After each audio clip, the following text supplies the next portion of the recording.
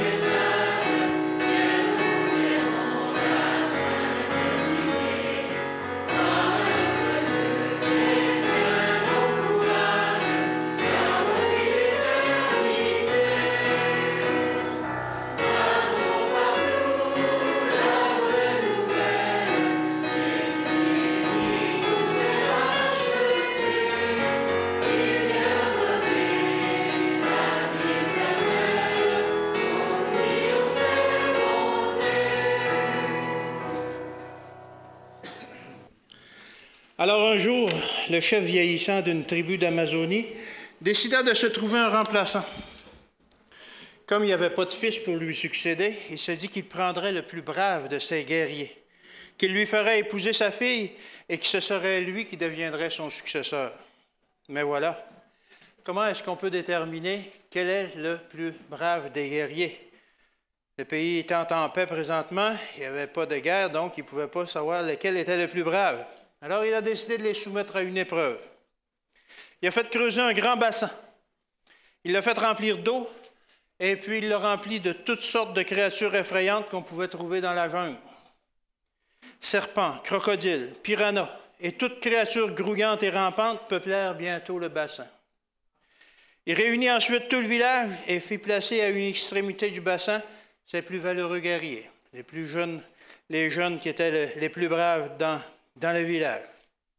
Alors il prend la parole et il leur dit ceci. « Aujourd'hui, c'est un grand jour pour vous. C'est aujourd'hui que je choisis qui va épouser ma fille et qui va être mon successeur en tant que chef.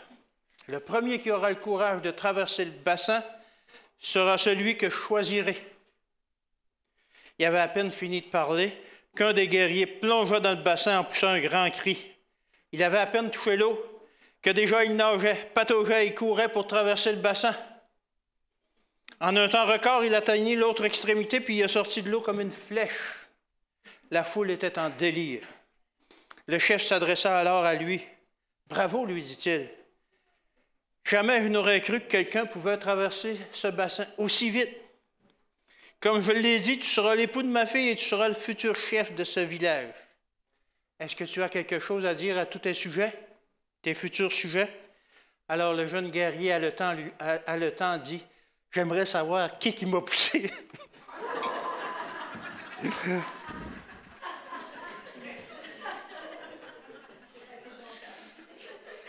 L'histoire est drôle. L'histoire est drôle. Mais parfois, en tant que chrétien, on se sent un peu dans la même position de ce guerrier-là qui se retrouve dans le bassin rempli de crocodiles, de serpents et de piranhas. Parce que, justement, on pense que quelqu'un nous a poussés là. Qu'est-ce qui m'a embarqué dans cette tâche, qu'on se demande? Comment est-ce que j'ai pu me laisser convaincre de prêcher ce sermon, de donner des études bibliques, de témoigner de ma foi, d'accepter un poste de leader, de partir en mission, de donner au-delà de mes moyens pour une cause qui me tient à cœur, de défendre la veuve et l'orphelin, ou même de résister à la tentation?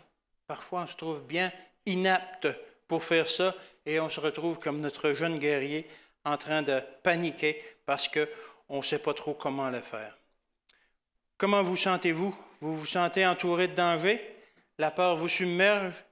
Pourquoi est-ce que Dieu nous a-t-il joué un tel tour? Ne vous en faites pas. Vous n'êtes pas les seuls dans cette situation. La Bible regorge d'histoires de personnages qui ont été effrayés et par la mission que Dieu leur avait confiée. On peut penser à Moïse, entre autres. C'est un de ceux qui était très effrayé lorsque Dieu lui a dit « Retourne en Égypte » alors qu'il était âgé de 80 ans. « Retourne en Égypte pour délivrer mon peuple. » Il était complètement effrayé. Il ne voulait pas du tout aller en Égypte. C'est la même chose pour Josué qui lui a succédé. Lui aussi était effrayé par la mission qu'il avait devant lui. On va donc voir ce matin 7 caractéristiques d'un ouvrier de Dieu. Vous l'aurez deviné, la première de ces caractéristiques, c'est justement d'avoir peur, d'être terrifié.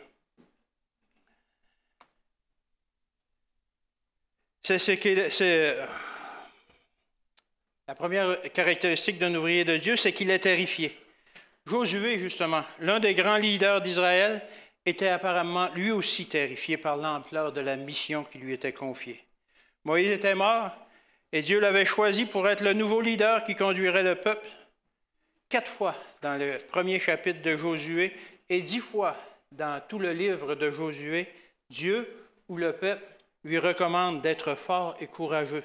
On trouve un de ces exemples-là dans Josué 1, verset 7. Fortifie-toi seulement et aie bon courage.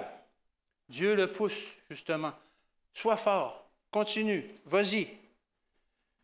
Corinthiens 12, verset 9 aussi.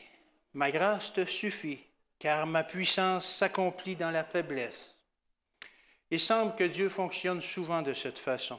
Il appelle un homme ou une femme, un jeune homme, une jeune fille, parfois même un enfant, à accomplir quelque chose pour lui.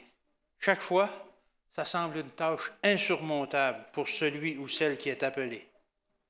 L'ouvrier doit alors déployer une force ou un talent qu'il est sûr de ne pas posséder. Si Dieu fait cela, c'est pour que nous soyons obligés de nous accrocher à lui pour accomplir la mission. Aussi longtemps que nous procédons de cette façon, nous n'avons rien ni personne à craindre. C'est ce qu'il a dit à Paul dans le verset qu'on a cité plus haut. Et c'est aussi ce qu'il a promis à Josué dans Josué 1, verset 5. Nul ne tiendra devant toi tant que tu vivras. Wow! Quelle promesse il a faite à Josué. Nul ne tiendra devant toi tant que tu vivras. Vas-y, fortifie-toi, aie du courage, continue dans la mission. Avez-vous déjà été appelé à une mission qui vous terrifiait? Comment l'avez-vous accomplie? Êtes-vous toujours terrifié par des missions que Dieu vous confie? Si nous ne le sommes plus, peut-être que Dieu ne peut pas accomplir les œuvres qu'il voudrait accomplir à travers nous. Peut-être que nous sommes devenus trop confiants en nous-mêmes pour que la puissance de Dieu s'accomplisse à travers notre faiblesse. C'est à nous d'y réfléchir. L'ouvrier de Dieu doit être terrifié par les missions qu'il a à accomplir parce que ces missions sont trop grandes pour lui. Deuxième caractéristique, les ouvriers de Dieu sont des nécessiteux. Quelqu'un a dit un jour, le courage, c'est simplement la peur qui a dit ses prières. Être un ouvrier pour Dieu nous oblige à constater que nous ne sommes pas assez qualifiés pour accomplir la mission qui nous est confiée. Être un ouvrier de Dieu, ça nous oblige à nous mettre à genoux, justement, pour demander à Dieu d'être avec nous pour pouvoir l'accomplir. Pour y faire face, nous devons absolument compter sur la puissance de Dieu pour y arriver. En effet, peu importe que nous ayons un doctorat en théologie ou que nous soyons de nouveaux croyants, la tâche nous apparaît toujours être au-delà de nos forces. Par contre, un des grands privilèges d'être un ouvrier de Dieu, c'est la relation intime qui nous unit et qui nous permet de savoir qu'il est à nos côtés. Josué, lorsqu'il a pris la place de Moïse, a reçu son ordre de mission directement de Jésus. Mais avec cet ordre de mission venait aussi l'assurance du support de l'Éternel. Josué 5, verset 13. Comme Josué était près de Jéricho, il leva les yeux et regarda. Voici, un homme se tenait debout devant lui, son épée nue dans la main. Il alla vers lui et lui dit, « Es-tu des nôtres ou de nos ennemis? » Il répondit, « Non, mais je suis le chef de l'armée de l'Éternel. J'arrive maintenant. » Seriez-vous en confiance si Jésus vous apparaissait comme le chef de l'armée de l'Éternel et qu'il vous disait, « J'arrive maintenant. Allons accomplir la mission que je t'ai confiée. » Ces paroles sont aussi pour ceux qui ressentent le grand besoin du support divin pour accomplir la mission. Comme dans le livre de Josué, où les plus grands succès et les plus grands échecs du peuple hébreu dépendaient de la façon dont le peuple comptait sur Dieu ou s'il comptait sur les hommes, de même pour l'ouvrier, c'est la même chose pour l'ouvrier de Dieu aujourd'hui. Si nous comptons sur nos forces, nous aurons des échecs. Si nous comptons sur Dieu, nous aurons des grands succès. Plus nous ressentirons le besoin de la puissance de Dieu et plus nous la demanderons. Plus nous aurons succès dans notre mission et inversement, plus nous compterons sur nos propres forces, plus nos échecs seront retentissants aussi.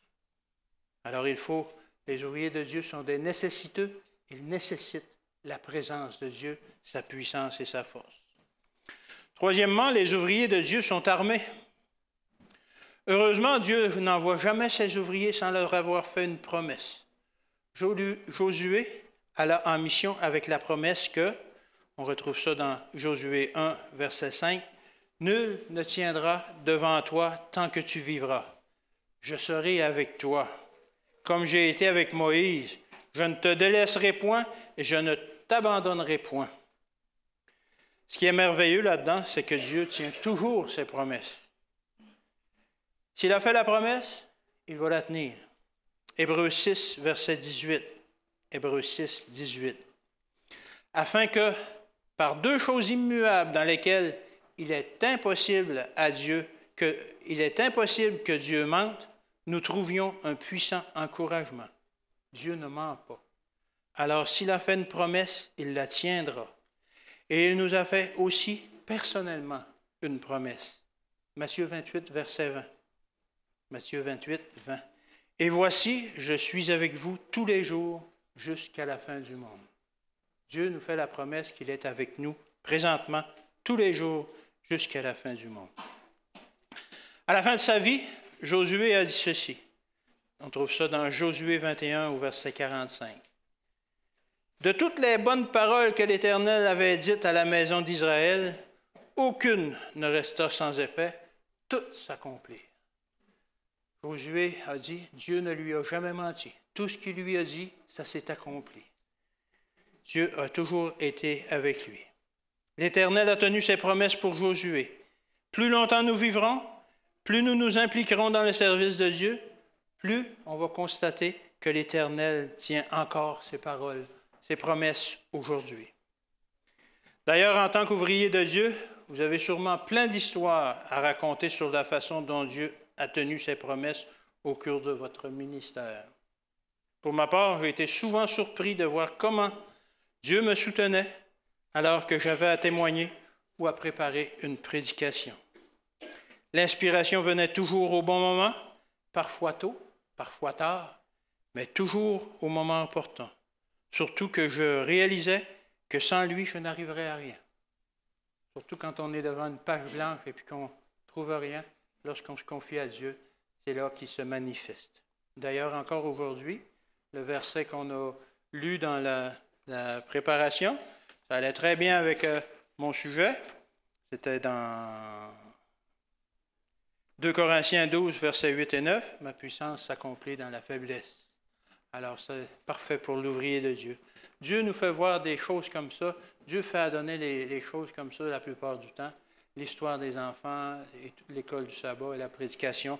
On se rend compte que tout va ensemble comme si ça avait été organisé par un grand maître. Et ça l'est aussi. En tant qu'ouvrier de Dieu, dans nos maisons, au travail, dans nos églises, auprès des jeunes de notre communauté, nous devrions collectionner les promesses de Dieu et les réclamer pour nous. Dieu nous a fait des promesses. Il ne mentira pas, il ne ment pas, il va les accomplir. Ce sont les armes avec lesquelles nous pourrons faire la mission qui nous est confiée. Ces promesses-là sont pour nous, pour chacun d'entre nous. Elles sont là pour nous donner le courage dont nous avons besoin. Ces promesses, il faut nous y accrocher, parce que Satan va s'efforcer constamment de nous faire croire qu'on n'est pas digne d'y avoir accès. Tu n'es pas capable, tu ne mérites pas ces promesses, tu es un pécheur, pourquoi Dieu s'intéresserait à toi, etc. 2 Corinthiens 1, verset 20. 2 Corinthiens 1, 20. Car pour ce qui concerne toutes les promesses de Dieu, c'est en lui qu'est le oui. C'est pourquoi encore l'Amen par lui est prononcé par nous à la gloire de Dieu. Autrement dit, c'est vrai qu'on n'est pas digne de ces promesses. Oui, le séducteur a raison, on ne les mérite pas, on n'en est pas digne. Mais la vérité, c'est que ce n'est pas par nos mérites qu'on peut se réclamer de ces promesses, mais plutôt par les mérites de Jésus notre Sauveur. C'est en Jésus qu'est le oui. Alors, au lieu de regarder à nos faiblesses, on doit regarder aux promesses de Dieu et en faire nos armes pour accomplir la mission qui nous est confiée. On peut énumérer quelques promesses que la Bible renferme. Il n'y en a que quelques-unes parce que dans la Bible, il y en a des centaines. J'en ai sorti quelques-unes. Psaume 73, verset 26. Psaume 73, 26. « Ma chair et mon cœur peuvent se consumer. Dieu sera toujours le rocher de mon cœur et mon partage. » Même si ça va mal dans ma vie, il faut rester accroché continuellement à Dieu. Ésaïe 40, verset 29. « Il donne la force à celui qui est fatigué et il augmente la vigueur de celui qui tombe en défaillance. » Alors, l'énergie qu'on a lorsqu'on est dans le bassin de crocodile, ça nous vient de Dieu, ça nous permet de traverser et puis d'accomplir la mission. Au verset 31, dans Ésaïe 40 toujours, « Mais ceux qui se confient en l'Éternel renouvellent leur force.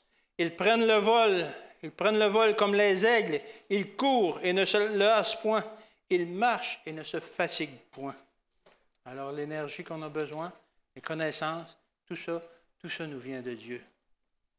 Philippiens 4, verset 13, tout simplement, on la connaît par cœur celle-là. « Je puis tout par celui qui me fortifie. » Alors c'est encore ça, c'est encore vrai, c'est encore actuel aujourd'hui. Et on peut terminer par 2 Timothée 1, verset 7. « Ce n'est pas un esprit de timidité que Dieu nous a donné, mais un esprit de force, d'amour, de sagesse. » Est-ce que vous êtes timide? Si vous êtes timide, vous vous sentez faible et puis vous manquez de sagesse, ce n'est pas l'Esprit de Dieu.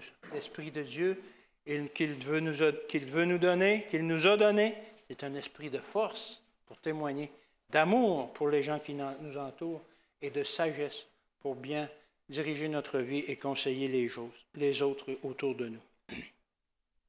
Toutes ces promesses sont pour nous, à la condition que l'on accepte de suivre Dieu sans nous détourner ni à droite ni à gauche. Quatrièmement, les ouvriers de Dieu sont des suiveurs, ou comme on dit en québécois, sont des suiveux. Être un suiveux, ce n'est pas une qualité que ça laisse entendre. Ça laisse entendre qu'on n'a pas de volonté propre et que nous ne faisons que ce que font les autres. Cependant, pour un ouvrier de Dieu, c'est une grande qualité, en autant que ce soit Dieu que nous suivions. Un jour, un groupe de missionnaires se demandait s'ils devaient aller dans une certaine partie d'un pays qui était renommé pour être très, très violent, très dur envers les chrétiens. Alors qu'ils cherchaient conseil, ils demandèrent à un ancien de leur Église qui avait fait carrière dans l'armée s'ils devaient effectivement aller en mission dans cette partie du pays. Alors, levant à peine les yeux et les regardant par-dessus ses lunettes, il leur a dit, « C'est quoi votre ordre de mission? » Autrement dit, si Dieu vous ordonne d'y aller, arrêtez de vous poser des questions, allez-y. Josué a suivi les ordres de l'Éternel malgré les risques qu'il savait qu'il courait. Après tout, Dieu lui avait demandé de prendre la tête d'un peuple rebelle qui, historiquement, ne traitait pas très bien ses chefs. Il se plaignait, il murmurait et désobéissait, et il avait même parfois essayé d'assassiner quelques-uns de leurs leaders. On trouve ça dans Nombre 14, verset 10. Toute l'assemblée parlait de les lapider. Alors, ce n'était pas un peuple facile dont il avait à prendre charge. Ensuite, il avait pour mission de conquérir un pays rempli de géants. On lui en avait fait le rapport. Les gens sont grands, sont puissants. Et aussi des villes qui étaient réputées imprenables, avec des murailles et tout ça. Il n'était pas question de prendre ça par ses propres forces. Il avait vraiment besoin de courage pour accomplir une telle mission. La tâche, le mandat qui nous a été confié, qui avait été confié à Josué, est similaire à celle qui nous est donnée aujourd'hui. On a tous un pays à conquérir. Non seulement un pays, mais le monde entier. Et ce n'est pas armé d'épée que nous devons accomplir cette mission, mais plutôt armé de l'Évangile. Marc 16, au verset 15. Puis il leur dit, « Allez par tout le monde, prêchez la bonne nouvelle à toute la création. » Voici notre ordre de mission. Prêcher la bonne nouvelle. C'est la mission que Jésus nous a confiée, justement, pour aller de par le monde. Et aujourd'hui, comme le disait Bruno, on a toutes sortes de moyens pour accomplir cette mission que Dieu nous a confiée. Il faut avoir un peu d'imagination. Il faut prier Dieu pour qu'il soit celui-là qui est en avant de nous, qui nous fait connaître ces choses, et il va le faire. Et on va pouvoir être un suiveux, justement, de Dieu, un suiveux de Jésus, celui qui allait par tout Israël pour convaincre les gens que c'était lui le Sauveur. Et cette mission qui nous est confiée n'est pas moins demandante que celle qui fut confiée à Josué. Nous aussi, nous avons des géants, à faire face à des géants et à des villes fortifiées réputées imprenables. Aujourd'hui, on ne les appelle plus Jéricho, mais on les appelle le paganisme, l'athéisme, l'agnosticisme, le sécularisme, l'humanisme, le libéralisme, le conservatisme, le traditionnalisme et même, parfois, le satanisme. Ce sont tous des géants que nous avons à faire face aujourd'hui.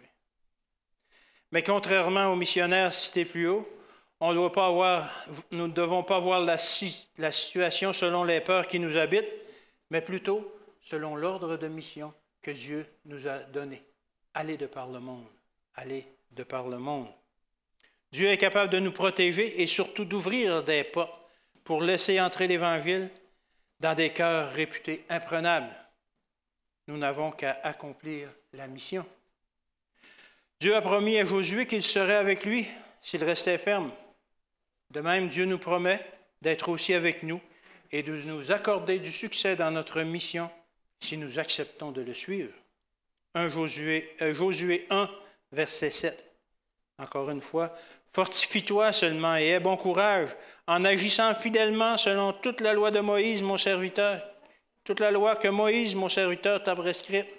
Ne t'en détourne ni à droite ni à gauche, afin de réussir dans tout ce que tu entreprendras. » La promesse est là. Reste fidèle, ne te détourne ni à droite ni à gauche, puis je vais être avec toi pour accomplir la mission continuellement. Pour Josué qui s'est fortifié, il a eu du courage en suivant l'Éternel. Cela a fait que les eaux du Jourdain se sont séparées. Les murailles imprenables de Jéricho se sont effondrées. Le soleil et la lune se sont arrêtés dans leur course. Canaan fut conquise et qui plus est, son cœur lui-même a été changé. Ça peut être la même chose pour nous aujourd'hui, encore une fois. Cette puissance dont disposait Josué est encore disponible pour nous aujourd'hui. Une cinquième caractéristique des ouvriers de Dieu, les ouvriers de Dieu sont jeunes, bien souvent. C'est vrai que Josué était assez âgé lorsqu'il lui fut confié cette mission, mais le peuple hébreu qui était derrière lui, c'était un peuple jeune. Ils avaient tous moins de 40 ans. Souvenez-vous que leurs pères ont refusé d'entrer en Canaan 40 ans plus tôt et qu'ils ont dit « Oh, ça aurait été bien mieux de mourir dans le désert », ce qui leur fut accordé. Vous trouvez ça dans Josué 5, versets 4 et 5. Alors ces hommes jeunes, pleins d'énergie, de courage et de foi, constituaient l'armée idéale pour effectuer la mission que Dieu leur avait donnée. De même encore aujourd'hui, c'est encore aux jeunes qu'est confiée la mission de répandre la grande nouvelle du salut. Jeunes en âge et jeunes de cœur, aux jeunes et à ceux qui leur ressemblent, Dieu appelle spécialement les jeunes à être leurs instruments, ses instruments. Psaume 127 au verset 4. Psaume 127, verset 4. Comme les flèches dans la main d'un guerrier, ainsi sont les fils de la jeunesse. Les jeunes sont ici comparés aux flèches dans la main d'un guerrier. Ces flèches ne sont pas restées dans le carquois du guerrier, mais elles sont dans sa main. Elles sont ses instruments de conquête. Les fils de la jeunesse sont les instruments de conquête de notre Dieu. Ils sont appelés à voler sans peur vers les lignes ennemies, comme les flèches d'un guerrier qui ont été rectifiées, polies et bien aiguisées. Nos jeunes doivent aussi se préparer à l'appel qui leur est fait de répandre le message des 3 anges de par le monde. Pour cela, ils doivent être bien entraînés, bien préparés. C'est notre devoir en tant que parents, de professeurs, d'animateurs d'école du sabbat des jeunes, d'animateurs du groupe d'explorateurs ou autres, de bien préparer nos jeunes pour la mission à laquelle nous sommes tous appelés. Matthieu 24 au verset 14. Matthieu 24, 14. C'est la bonne nouvelle du royaume. Cette bonne nouvelle du royaume sera prêchée dans le monde entier pour servir de témoignage à toutes les nations. Alors viendra la fin. Nous tous ici, nous sommes appelés à être les flèches dans la main du guerrier, à être les fils de la jeunesse, même si nos âges sont un peu avancés, comme Josué qui a été appelé. On est tous appelés justement à aller dans le monde entier pour prêcher la parole. On peut commencer autour de nous, mais l'appel est là pour l'Église d'aller dans le monde entier. 6e caractéristique des ouvriers de Dieu, c'est qu'ils remportent des batailles. Ils ont des succès. Quelqu'un raconta qu'après avoir commencé à lire la Bible, il était tellement enthousiaste de ce qu'il lisait que comme s'il lisait un vrai roman, il a décidé de savoir comment ça se terminait. Il est allé lire le dernier chapitre et il dit, savez-vous quoi? On a gagné. C'est les bons qui ont gagné. Bien sûr, la seconde venue de Jésus illustre bien la grande victoire sur le mal, mais nous n'avons pas besoin d'attendre cet événement pour obtenir déjà aujourd'hui des victoires. Comprendre notre mission, bien nous préparer et nous mettre au service de Dieu en mettant le pied dans le Jourdain. Il faut mettre le pied dans le Jourdain pour que les eaux se séparent. Nous verrons alors les eaux se séparer devant nous et nous obtiendrons, nous aussi, tout comme Josué, des victoires éclatantes. Parfois, nous pensons qu'il n'arrive plus de miracles aujourd'hui comme ceux qu'ont vécu les Hébreux du temps de Josué. Souvent, on se dit, est-ce qu'il y en arrive vraiment des miracles aujourd'hui? Oh oui, des fois, des petits miracles. Des gros miracles, on n'en voit pas. Est-ce qu'on en voit? Est-ce qu'il y en arrive? Je peux vous dire qu'il y en arrive encore aujourd'hui de très grands, d'aussi grands. Il suffit de prier, de nous mettre à la disposition de Dieu et nous verrons jusqu'où il nous mènera. Il est justement arrivé un miracle il y a 1 an ou 2 en Europe. Probablement que certains d'entre vous ont déjà entendu l'histoire, mais je la raconte quand même. Alors, c'est une jeune femme qui devait se rendre en Suisse pour rencontrer sa famille. Et comme elle désirait leur donner la tragédie des siècles, elle a demandé à sa fédération de lui en fournir 2 ou 3 exemplaires pour donner à sa famille. Mais quelle ne fut pas sa surprise lorsqu'elle reçut les 2 ou 3 exemplaires, c'est qu'on lui en avait envoyé une caisse de 50 tragédies du siècle et des siècles en allemand. Elle dit, je ne connais même pas 50 personnes qui parlent allemand. Qu'est-ce que je vais faire avec ça? Elle dit, c'est impossible pour moi de distribuer ça, mais je ne veux pas les perdre, je ne veux pas les jeter. Il faut que ça serve à distribuer pour la parole de Dieu. Alors, elle, devant son impuissance, elle s'est mise à genoux et elle a prié. Elle a prié désespérément afin que Dieu lui fournisse justement l'occasion de se débarrasser de cette caisse de livres, en quelque sorte. Elle a donc pris la route en apportant sa caisse de livres. Peu de temps après, elle a été prise dans un embouteillage monstre sur l'autoroute. Alors, pour tuer le temps, les gens sortaient de leur auto, comme l'embouteillage persistait, et se mirent à jaser par petits groupes. La jeune femme, elle s'est mise à étudier son école du sabbat dans son auto. Elle est restée dans son auto, étudier son école du sabbat. Tout à coup, quelqu'un frappe à la vitre. Un jeune homme. « Qu'est-ce que vous lisez, madame? » Ah, ben là, alors, elle lui explique. Ben, moi, je suis adventiste 7e jour, et puis j'étudie la parole. C'est notre étude journalière que je fais. J'en profite de ce temps perdu pour justement faire mon étude. Alors, le jeune homme intéressé lui posa plusieurs questions, et finalement, il est reparti avec un livre, Une tragédie des siècles en allemand. Bon, il y en a un de moins. Content? Elle continue à faire son école du sabbat. Tout à coup, encore une fois, ça cogne dans sa vitre. C'était l'ami du jeune homme. Elle lui dit, « Est-ce que le livre que vous avez donné à mon ami semble bien intéressant? Est-ce que vous en auriez un exemplaire pour moi? » Bien sûr. Alors, 2 de distribuer. Alors qu'elle discutait avec la jeune fille, d'autres gens s'agroupèrent autour d'eux pour écouter son témoignage. Et tous réclamaient un livre. Wow! Presque toute sa caisse de livres avait été distribuée. Il en restait juste quelques-uns. Tout à coup, un hélicoptère de la police qui surveillait l'embouteillage atterrit dans un champ tout près de l'autoroute.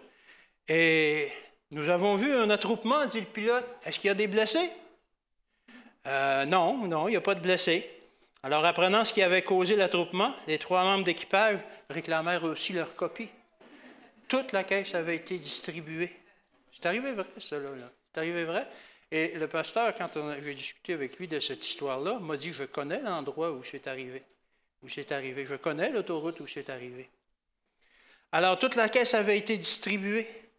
Et peu de temps après, sans que l'on sache trop pourquoi, ni ce qui avait causé l'embouteillage, la circulation a repris comme si de rien n'était. Alors, le Dieu qui a fait arrêter le soleil et la lune pour Josué, il est capable de faire un embouteillage sur une autoroute pour nous permettre de témoigner. La vie d'un ouvrier de Dieu est faite de victoires et de batailles remportées. Matthieu 9, versets 37 et 38. Alors il dit à ses disciples, « La moisson est grande, mais il y a peu d'ouvriers. Priez donc le maître de la moisson d'envoyer d'autres ouvriers dans sa moisson. » L'appel est clair pour les ouvriers de Dieu. Il est temps d'aller travailler à la moisson. Et nous remporterons de grandes victoires par sa puissance dans son œuvre. 7e, les ouvriers de Dieu rendent gloire à Jésus. Le livre de Josué, lorsqu'on le lit, c'est plein de références qui pointent vers Jésus, notre Rédempteur. Lorsque nous voyons ces références, cela nous doit rappeler que notre vie et notre témoignage doivent aussi amener les gens que nous côtoyons à Jésus et de leur enseigner eux aussi qu'ils doivent devenir des disciples. Alors on peut voir rapidement quelques références dans le livre de Josué qui pointent vers Jésus. Alors le nom de Josué, en fait, c'est la traduction en grec de Jésus. C'est la traduction en grec plutôt, c'est Jésus. Donc le nom de Josué était prédestiné à nous faire penser à notre Rédempteur.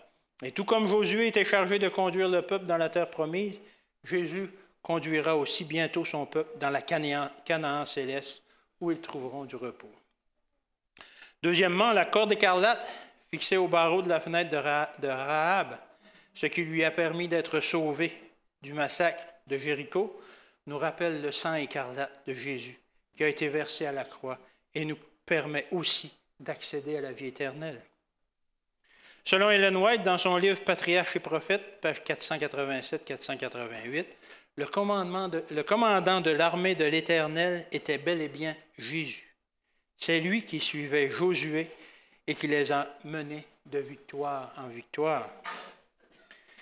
Dans le livre de Josué aussi, on a placé des villes de refuge qui ont été placées partout sur le territoire afin que les personnes faussement accusées de meurtre puissent trouver refuge. De même, Jésus est notre refuge et nous pouvons aller lui aussi pour trouver réconfort et protection. Cinquièmement, la corne de bélier ou chauffard qui ont été utilisées pour provoquer la chute du mur de Jéricho nous rappelle aussi Jésus. En effet, pour obtenir ces cornes, un animal devait mourir. Cela nous rappelle l'agneau de Dieu, immolé dès la fondation du monde. Et nous, quels sont les événements de notre vie qui témoignent des interventions de Jésus? Qu'est-ce que nous avons accompli par sa puissance? Avons-nous fait tomber des murs d'incrédulité? Avons-nous fait arrêter les traits du malin dans ses efforts pour nous empêcher de témoigner? Témoignons-nous de Jésus auprès de notre entourage? C'est ce que nous devons faire en tout temps. Et c'est là un témoignage à l'Éternel. Ésaïe 14, verset 13. « Et tout ce que vous demanderez en mon nom, je le ferai, afin que le Père soit glorifié dans le Fils. » Il suffit de nous mettre à sa disposition, d'accepter sa puissance dans nos vies. Et nous verrons qu'il pourra accomplir de grandes choses à travers de nous. Et qu'à travers ces miracles, son nom sera glorifié. C'est mon souhait et ma prière pour chacun d'entre nous. Amen. Le dernier chant. À toi, gloire. À toi la gloire.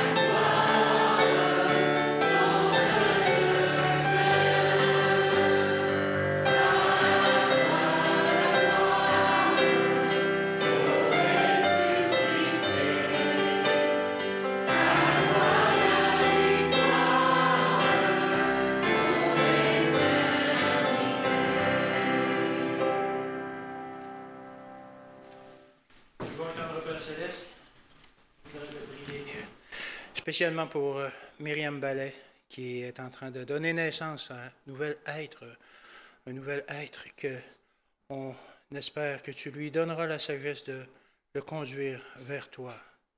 Fais que tout se passe bien aujourd'hui et que ce soit un moment heureux pour chacun d'entre eux. Seigneur, on te prie aussi de nous donner l'audace, de nous donner la volonté d'être tes ouvriers, d'aller au milieu de la moisson sans crainte, armés de ton évangile pour témoigner du salut que tu nous as apporté. C'est ce que je demande pour chacun des gens ici présents. Renvoie-les chacun dans leur foyer aujourd'hui, sous ta protection, ta bénédiction. Et c'est au nom et par les mérites de ton Fils qu'on te demande toutes ces choses. Amen. Amen.